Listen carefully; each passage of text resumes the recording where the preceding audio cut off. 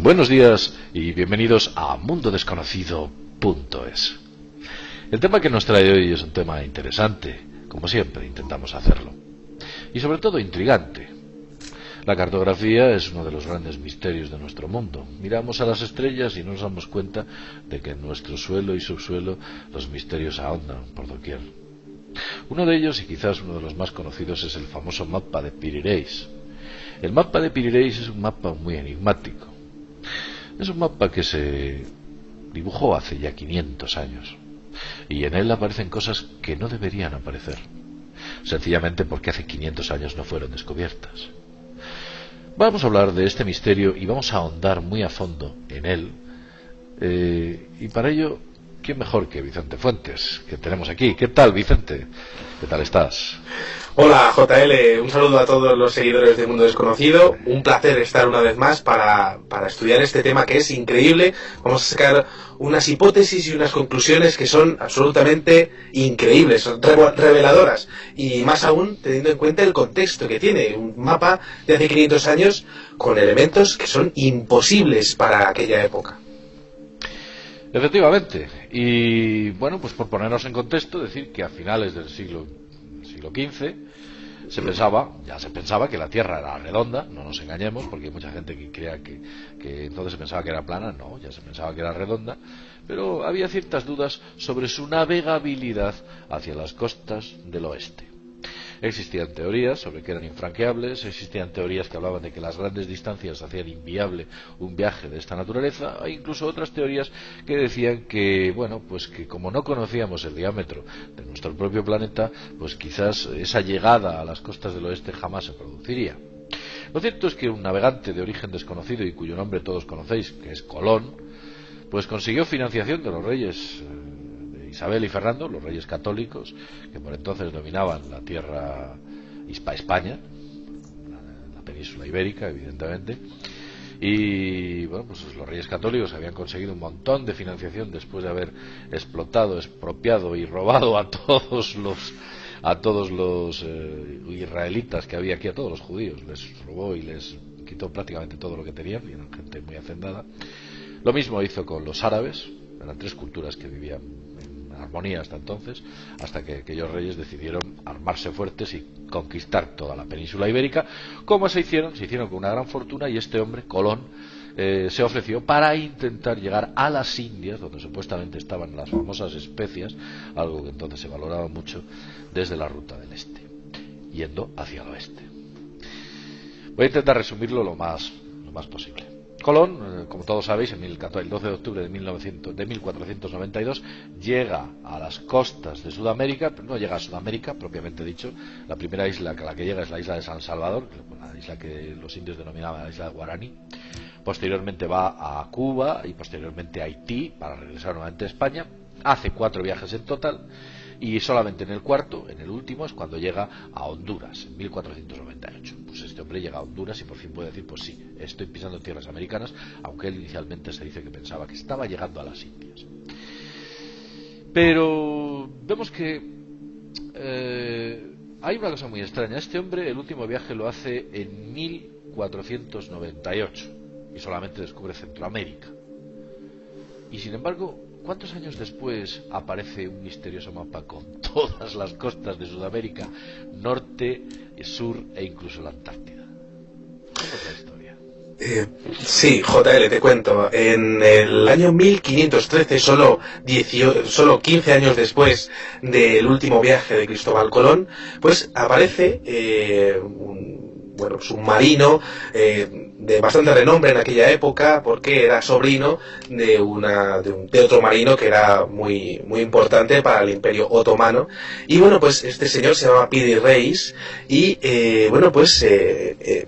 saca un mapa en un recopilatorio que se llama el Libro de las Materias Marinas. Ese libro aparece en 1523, pero el mapa del que vamos a hablar es de 1513. Y bueno, pues es curioso porque expone que las fuentes de donde ha sacado ese mapa pues son diversas. Son cartografías de los portugueses, cartografías de los españoles, y otra mención bastante curiosa, cartografías de los antiguos reyes del mar.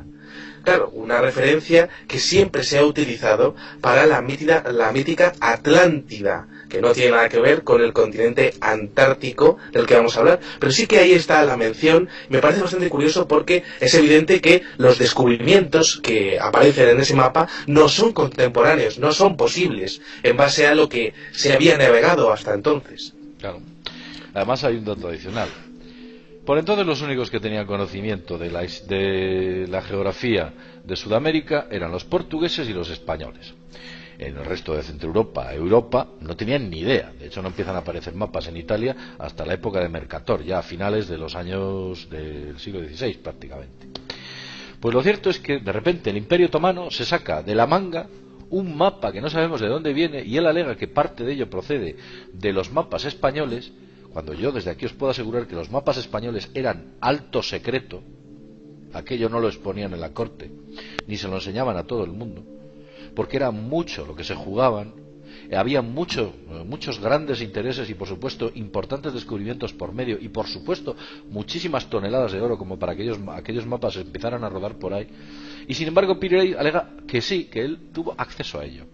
Os cuento, el primer mapa que existe por los españoles fue redactado pues por una serie de oligarcas que había en la corte de Isabel y Fernando, y le encargan a Juan de la Cosa redactar un mapa. Y dice, bueno, pues tienes que hacer un mapa de esto porque evidentemente necesitamos tener las ubicaciones y por supuesto las rutas para poder trabajar de manera organizada. Y efectivamente Juan de la Cosa en el año 1500 nos muestra un mapa que como mucho, y lo podéis ver, aparece la costa este, en la parte este aparece Brasil, y no mucho, y en la parte norte se puede ver la península de Florida. Llegan hasta ahí de una manera bastante vetusta, pero bueno, Juan de la Cosa consigue hacer un mapa lo suficientemente preciso como para que aquella gente pueda ya empezar a redactar sus primeros viajes. El siguiente mapa que aparece es un mapa, el mapa de Cantino, que en realidad es un planisferio. Cantino recoge toda la parte de las antiguas Indias, África y por supuesto lo conocido de América, de Sudamérica, y hace una especie de mapa mundi que es todavía más pobre que de Juan de la Cosa, porque los españoles tenían ahí un conocimiento geográfico mucho mayor al que tenían los portugueses hasta entonces. Y hablamos del año 1502. Quedan 11 años hasta que Piri Reis redacte su mapa.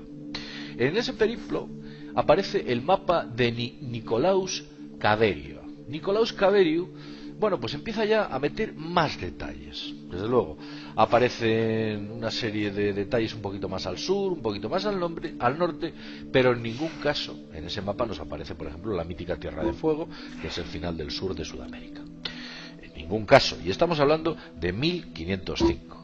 1513, el Imperio Otomano, al otro lado del Mediterráneo, sin contacto ninguno, un almirante, Piri Reis, se saca, como ya he dicho antes, literalmente de la manga, un mapa en el que aparecen todas las costas de Norteamérica, Sudamérica, de la costa este y de la costa oeste. La pregunta es, ¿de dónde sacó esa información? Porque mucho dudo que la parte conocida se la hayan entregado los españoles. Y mucho dudo que la parte desconocida obedezca a algún tipo de expediciones que los otomanos hayan efectuado, porque por supuesto no tenían medios técnicos para acceder o cruzar el Cabo de Hornos ya en su día. El Cabo de Hornos se cruza mucho después. Esto es un auténtico misterio. 1513. Este señor, ¿de dónde se saca este mapa? ¿Cómo es posible todo esto?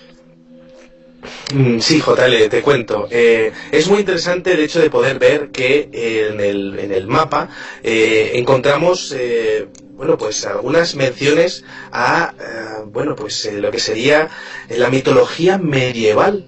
Y es curioso porque, claro, esto es posible que todas estas referencias fuesen una gran recopilación de mapas antiguos que ni siquiera podían estar en posesión de la corona portuguesa o de la corona española. Pero más aún, fíjate, si estudiamos un poquitín el mapa de Piri Reis, justo al norte nos encontramos una clara referencia a la leyenda medieval de San Borondón de Irlanda. Es el mito que habla de cómo algunos monjes llegaron a Terranova y de cómo durante el trayecto se detienen a hacer un fuego sobre una presunta isla que luego resultaría ser una ballena gigante que se llama Hasconius, ¿no? Es bastante curioso eso porque expone pues un conocimiento prácticamente ancestral de cientos de años antes, ¿no?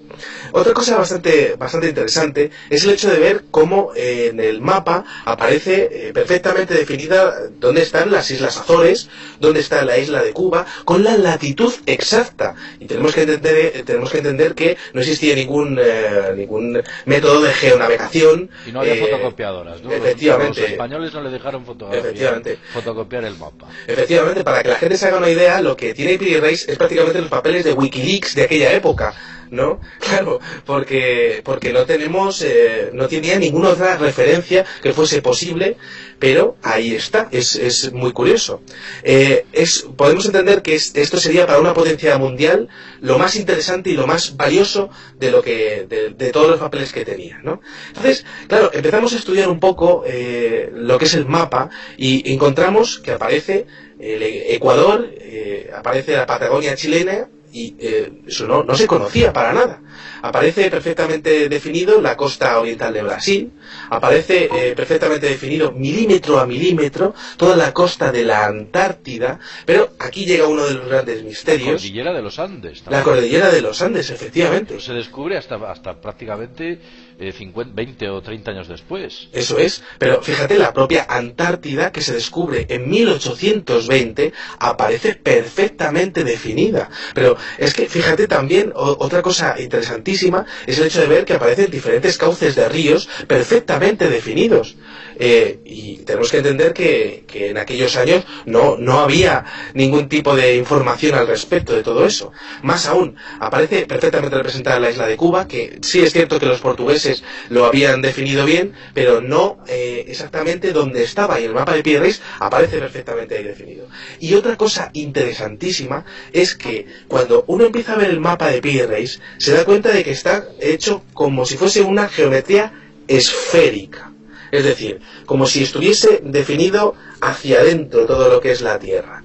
Y esto es curiosísimo, porque ha habido algunos investigadores que han expuesto algunas hipótesis interesantísimas. ¿Por qué? Porque esa sería la misma visión que se tendría de América del Sur y de la Antártida si hubiese alguien que lo hubiese visto desde el espacio. Y no desde el espacio en un sitio cualquiera, sino desde Gizeh, desde Egipto. Es decir, si hubiese una persona que hubiese conseguido subir al espacio desde lo que sería la vertical del país de Egipto y hubiese mirado cómo se vería a América del Sur y la Antártida, lo habría pintado exactamente como Piri Reis lo pintó en su famoso mapa.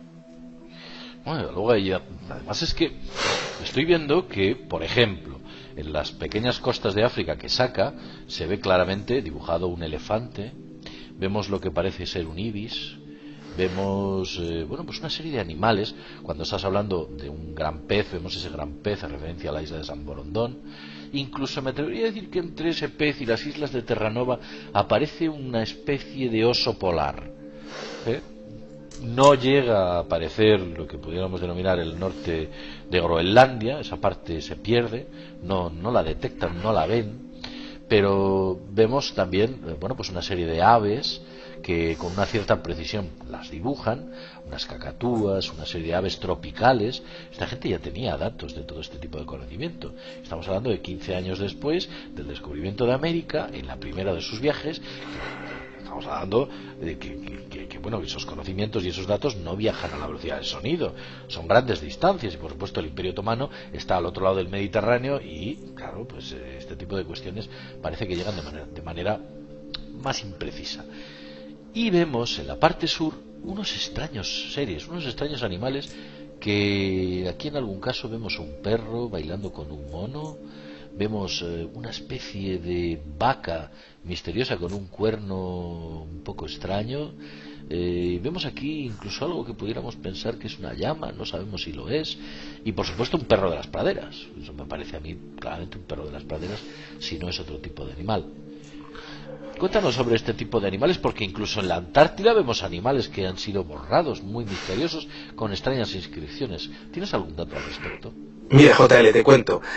Aquí, en el que hemos visto que eran dos figuras antropomorfas, como un perro y un mono, pero que son bípedos, es decir, están erguidos y están como bailando, como dados de la mano. Esto enlaza bastante con todas aquellas figuras que aparecen en el desierto de Tassili y que parecieron, y que, según algunos investigadores, son experimentos genéticos que pueden ser datados de ya la antigua Sumeria, que, por otra parte, el pueblo sumerio y todo lo que se refiere a los Anunnaki, bien, pues viajaron y se establecieron en diferentes partes del mundo, entre ellas esta parte de Sudamérica. Hay una mención explícita a ese tipo de experimentos genéticos de homínidos y otros animales. Ahí aparecen. Pero es que fíjate, JL, cuando empezamos a ir más al sur y empezamos a ver lo que sería esta extrañísima serpiente que aparece justo en la zona de Groenlandia, bueno, pues si nos vamos exactamente a la traducción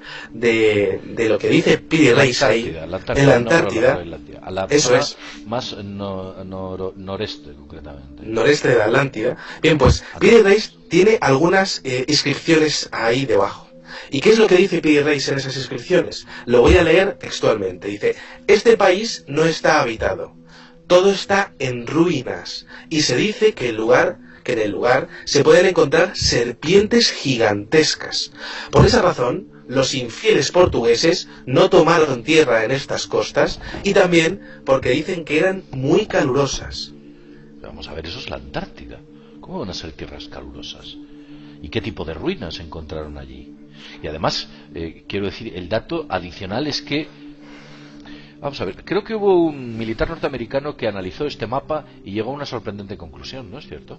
Efectivamente, ese militar norteamericano, que se llamaba el profesor Hapgood, bien, pues junto con el historiador Graham Hancock, estuvo estudiando todo lo que era el perfil de la Antártida que aparecía en el mapa de Piri Reis, y se dio cuenta de que la Antártida aparecía sin el bloque de hielo que a día de hoy, pues sí que está sobre la Antártida. Y es curioso porque esa tierra sin hielo solamente se podía dar hace 6.000 años, es decir, 4.000 años antes de Cristo. Claro, tenemos que entender que hace 6.000 años no había una civilización en la Tierra que fuese capaz de registrar una cartografía de la Antártida. Eso es así, y esto ha sido estudiado por parte de los militares norteamericanos durante los años 60 y posteriormente durante los años 90, e incluso ha llegado a ser estudiado también por el Instituto Tecnológico de Massachusetts, llegando a unas conclusiones que son interesantísimas. Por ejemplo, los perfiles de los ríos son exactamente idénticos a los que se podían ver en la Antártida hace 6.000 años. ¿Cómo es posible que Piri Reis pudiese llegar a clavar exactamente todo el cauce de esos ríos, y teniendo en cuenta que además en esos ríos se produce sedimentación, se producen cambios de cauce, y aparecen exactamente como estaban hace 6.000 años? Un auténtico misterio, un auténtico OPART este mapa de Piri Reis. Bueno, vamos a ver. Hay un dato más. Vamos a ver. Si los portugueses presuntamente vieron esas tierras de la Antártida libres de hielos y con climas calurosos, fue en el siglo XVI. ¿Sabes lo que ocurrió en el siglo XVII? Hubo una mini glaciación. Una glaciación que duró ni más ni menos que 70 años. La mitad del siglo XVII y parte del siglo XVIII hubo un enorme frío en todo el mundo. ¿Y sabéis por qué? Porque las manchas solares prácticamente se extinguieron. El sol cesó su actividad. Y quién sabe si durante ese tiempo las masas de hielo durante esos 70 años cubrieron la Antártida. No lo sabemos. Lo que sí que es cierto es que los paleoclimatólogos que sacan esos famosos domos, ellos coinciden de que esas edades no parecen coincidir con las fechas que se están asignando al deshielo de la Antártida. Pero lo que sí que es cierto es que esa mini glaciación, o ciclo de Maunder, existió concretamente entre 1645 y 1715, que fueron los años en los cuales hubo ese gran frío que quizás permitió a la Antártida volverse a helar. Pero hay un dato adicional. Recordemos que de donde partieron las 3 naves de Colón fue de Palos de la Frontera. Si tú te vas a Palos de la Frontera ahora y ves de dónde ha salido de donde salieron aquellos 3 barcos, tú dirías, es imposible que de aquí salga ningún barco. ¿Y sabes por qué? Porque no tiene fondo. Quiero decir, prácticamente no hay agua. Es como que hubiera bajado el nivel del mar notablemente. Es cierto, si tenéis imágenes, a ver si puedo conseguir alguna, tenéis imágenes de Palos de la Frontera, verás que todo aquello es un barrizal, es que no hay profundidad para fondear barcos. Sin embargo, en 1492 debía haberla, porque de entonces salieron barcos. Y allí había bueno, pues ahí se construían barcos. Había un astillero importante. Entonces, ¿qué ocurre? El nivel del mar bajó y esa bajada del nivel del mar permitió el aumento, fue debido al aumento de hielos en la Antártida, debido quizás a ese ciclo de Maunder de frío glaciar. ¿Todo esto puede encajar? Pensad en todo esto. Adelante, Vicente. Nada, sí, es básicamente, y un poco para ir terminando, es interesante que toda esta información a día de hoy es prácticamente, o está muy oculta por el gobierno de Erdogan en Turquía, y a día de hoy no se puede acceder a lo que es el mapa de Piri Reis, porque tenemos que entender también que el mapa de Piri Reis, posiblemente lo que estemos viendo es solamente un tercio del mismo. Es decir, que hay otras 2 partes que no han sido desclasificadas para el público y que podrían darnos una imagen de la Antártida mucho mayor de la que hay. A mí me interesa muchísimo el hecho de poder enlazar la teoría de la Tierra hueca y esa temperatura alta que aparece en las zonas polares con este mapa de Piri Reis, en donde se dice que esas temperaturas tienen altas esas tierras tienen altas temperaturas, que esto tampoco es posible científicamente si nos remontamos al contexto histórico de 1513. Claro, si Piri Reis cogió todos estos datos de mapas antiquísimos, y de hecho algunas de esas fuentes hablan de que podían ser mapas de la Biblioteca de Alejandría, que realmente lo que hacían era acumular el saber de las antiguas civilizaciones en torno al delta del Nilo, es decir, todo lo que son los egipcios y todo lo que eran los mesopotámicos y los sumerios.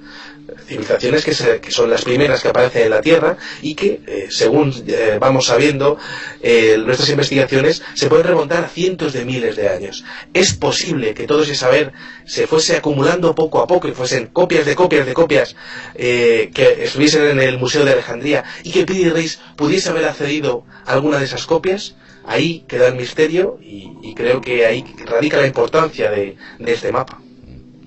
Bueno, vamos a añadir un dato más sobre la Antártida. El primer planisferio que existe en el cual aparecen las tierras de la Antártida aparentemente fue el planisferio de Rómulo de Mercator, los famosos mapas de Mercator, en 1587, donde aparece lo que llama la Tierra Australis Incógnita. Y esa Tierra Australis Incógnita no es ni más que más que la Antártida. Pero es que incluso el propio mapa de Mercator tiene que ser imposible, porque es que aparece toda la Antártida, algo que no se podía circunnavegar con los navíos que entonces tenían, porque circunnavegar la Antártida era sencillamente pues una auténtica odisea. Solo contaros que hasta el siglo XIX el cruzar el Cabo de Hornos era una cosa muy complicada, porque el Cabo de Hornos se hacía en unas condiciones muy extremas, eran ubicaciones muy australes con mucho frío, mar muy picada, y desde luego nadie se iba a arriesgar a intentar conseguir una cartografía de tierras que existiesen más allá del sur de Tierra de Fuego, cuando todos prácticamente, cuando llegaban a la Tierra de Fuego, o se daban media vuelta porque no podían cruzar, o cruzaban de mala manera y muchos de los barcos se quedaban en el tránsito, como sabéis.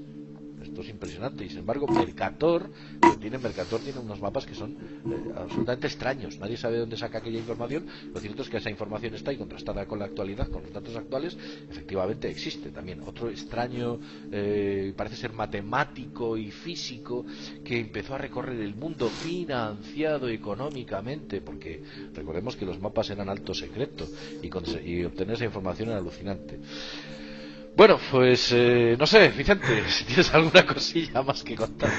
Nada más, explicar que este mapa se puede encontrar en alta resolución en internet y que sería interesante que todos los seguidores de Mundo Desconocido puedan acceder a la información y puedan comprobar por sí mismos pues todo lo que estamos diciendo, ¿no? Detalles curiosísimos, sobre todo un poco que se hagan la idea de esa visión esférica de la que he estado hablando anteriormente, ¿no? Que parece que es América del Sur, parece que está expuesta con una geometría esférica y sería la misma visión que se tendría desde el espacio, desde Egipto.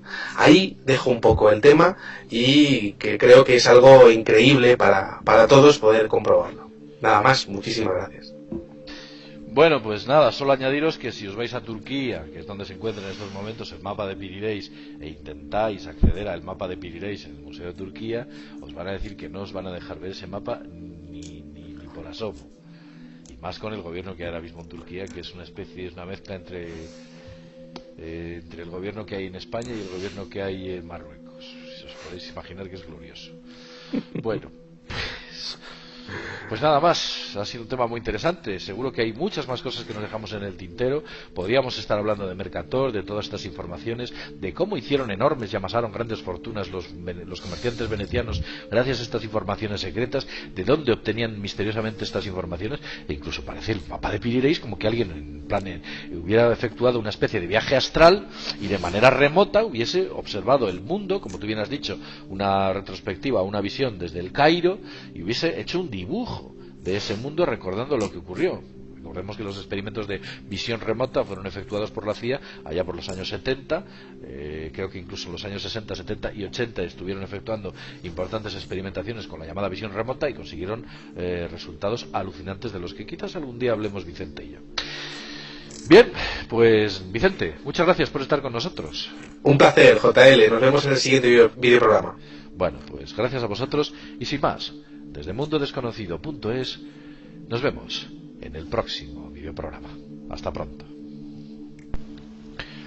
Bueno, y llegados a este punto, deciros que el próximo sábado, día 7 de diciembre de 2013, el equipo de Mundo Desconocido celebrará una comida con todos aquellos que queráis venir, aquellas personas que os venga bien y os apetezca pasar una velada interesante.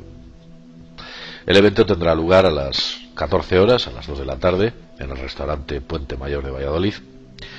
Hay una cafetería anexa al propio restaurante que se llama igual, Puente Mayor, y ahí estaremos pues unos minutos antes para posteriormente pasar a la comida. Si queréis asistir, debéis reservar mesa llamando al número de teléfono 983 37 00 73 y comentar que es pues para la comida que se va a celebrar el 7 de diciembre con el equipo de Mundo Desconocido. Entre otras personas, que son colaboradores de Mundo Desconocido, pues asistirá aquel que os está hablando, JL, y Vicente Fuentes, para posteriormente haber un debate y durante la comida charlar y efectuar todas las preguntas que queráis. Intercambiaremos puntos de vista. En realidad pasaremos un buen rato, un rato que seguramente que será agradable, como fue agradable el año pasado cuando lo celebramos la primera vez. El precio de la comida será de 22 euros por persona, un precio muy razonable, del que no nos escapamos ninguno. No pensáis que el que os está hablando le va a salir por la cara, no. Y si eres vegetariano, pues te prepararán también comida para ti por el mismo precio, para que puedas comer aquellas cosas que te sientan bien. Lo dicho, animaos, si estáis interesados, pues nada, ahí os esperamos el 7 de diciembre a las 2 de la tarde. Hasta pronto.